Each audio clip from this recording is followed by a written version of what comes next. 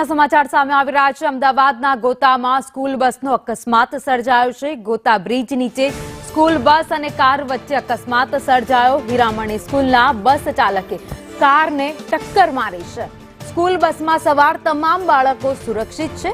અકસ્માતને લઈ traffic jam રસ્તા ઉપર થઈ ગયો છે। અમદાવાદના ગોતા વિસ્તારમાં અકસ્માતનો બનાવ બન્યો છે।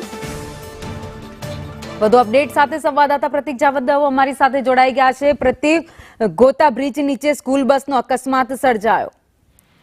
ભાવિની, આ જે ઘટના છે તે ગોતા બ્રિજ પાસેની ઘટના છે કે જ્યાં આગળ હીરામણી સ્કૂલની બસ પસાર થઈ રહી હતી। તે દરમિયાન તેની બાજુમાંથી જ એક 4 વ્હીલ કાર પણ પસાર થઈ રહી હતી અને આ દરમિયાન બંને વચ્ચે અકસ્માત સર્જાયો હતો, જેમાં જે કાર છે તેને મોટું નુકસાન થયું છે। જો કે સદનસીબે ઘટનામાં કોઈ પણ વ્યક્તિને ઈજા પહોંચી નથી। આજે હીરામણી સ્કૂલની બસ હતી, તેની અંદર અકસ્માત સમયે બાળકો વિદ્યાર્થીઓ પણ બેઠા હતા, પરંતુ સદનસીબે ઘટનામાં કોઈને જાનહાનિ નથી થઈ।